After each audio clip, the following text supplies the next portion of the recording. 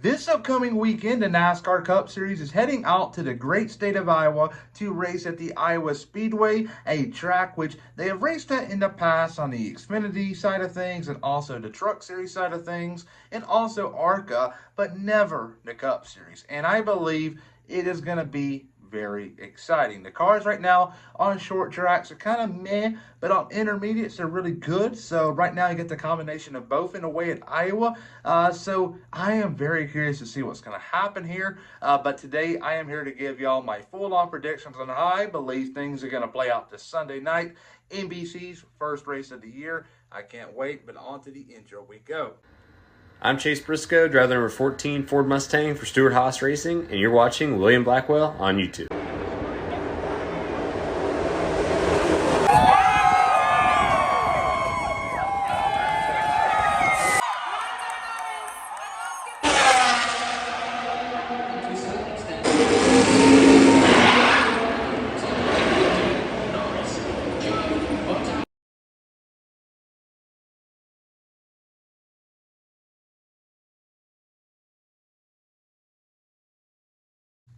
Fox has ended its stint in the 2024 NASCAR schedule for calling races.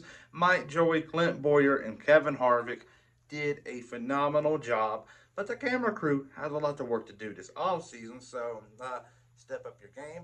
I'm kind of fearing right now that Fox will get IndyCar, and IndyCar coverage is going to be god-awful. But though, moving on, we got NBC taking over for the second half of the NASCAR schedule.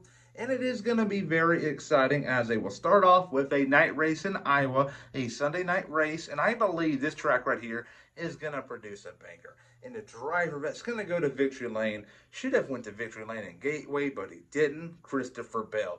Christopher Bell right now is a driver that I'm always going to look at whether you go to an intermediate and a short track because he's quick. And on his best day, he can be the best GGR car out there without a doubt in my mind. So Christopher Bell gets redemption from 2 weeks ago on Gateway and wins this upcoming weekend in Iowa, a track where he's been very successful in the past on the Xfinity side of things. So don't count him out at all.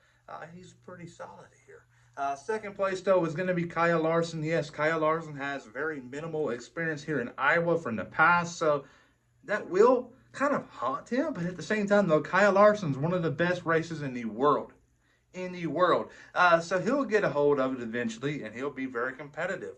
So Kyle Larson, P2.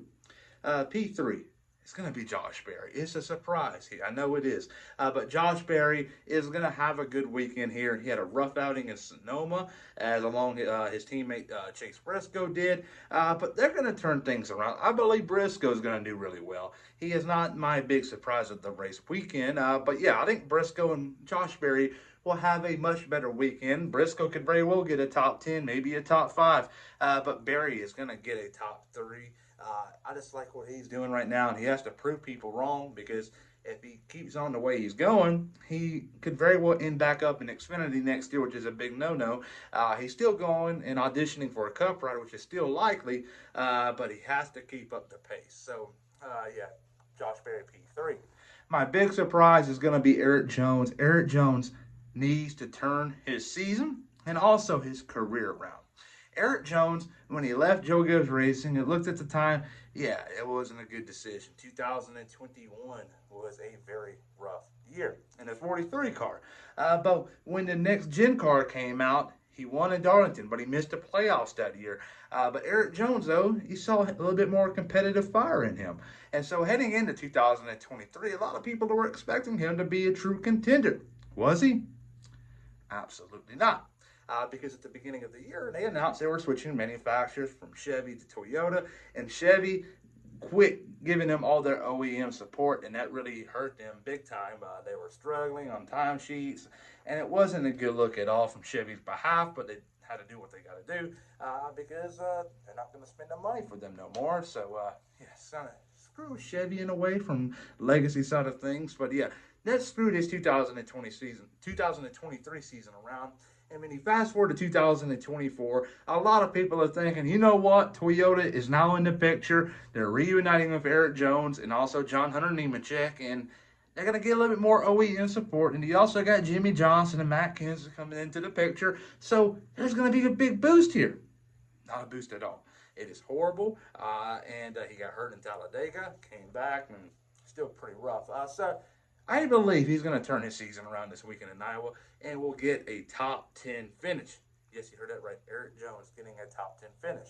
That is a very rare sighting to see with a Legacy Motorsports car inside the top 15, let alone top 10. So it's going to be an interesting weekend for him, a track he's been really good at in the past. But by big flop of the race weekend, you got live, death, taxes, and Zane Smith struggling. Zane Smith was rushed to the Cup Series, and there may be a few exceptions in the Truck Series that can jump from truck to Cup, but it doesn't work for everybody. For Carson Hocevar, it did. Todd Gilliland, it did. But Zane Smith, he should have took the Xfinity route also. Making that jump was too big of one, and it's going to hurt him in the long run, in my opinion, because now he could be the odd man out at Trackhouse next year, as SVG is lighting up the world right now in the Xfinity Series, winning back-to-back races. Yes, they're road courses. Yes, those are races where he's expected to be the race winner week in and week out. But the point is, though, they got road courses on the NASCAR Cup Series schedule. They go to Dakota, they go to Sonoma, they go to Chicago, they go to Watkins Glen, to Roval. There's many tracks like that on the NASCAR Cup Series schedule. And if SVG was in Zane Smith's position right now, he would be probably in the mix of a playoff spot, if not already locked in. He would have won either Dakota or Sonoma. I'm filming this Sunday night after Sonoma. He would have won the race by now. But Zane Smith hasn't, and I believe it's going to be a pretty rough setting for him. Maybe keep an eye for Colleague. They may step up and give him a cup ride in the 16 car. Highly unlikely, because I believe they're going to want to use that car as a sponsorship car to get them some extra money. And so maybe he goes back to Xfinity and races for them. I don't know. Time will tell. But Zane Smith right now has to turn his season around, which will help his career, but I don't think it's going to happen this weekend in Iowa. He's going to struggle big time. But what do you think? Comment down below. I got Christopher Bell winning, and Kyle Larson second, Josh Berry third. Chase Briscoe, I would say, finished in top 5, and Erik Jones top 10, and big flop, Zane Smith. No shocker there.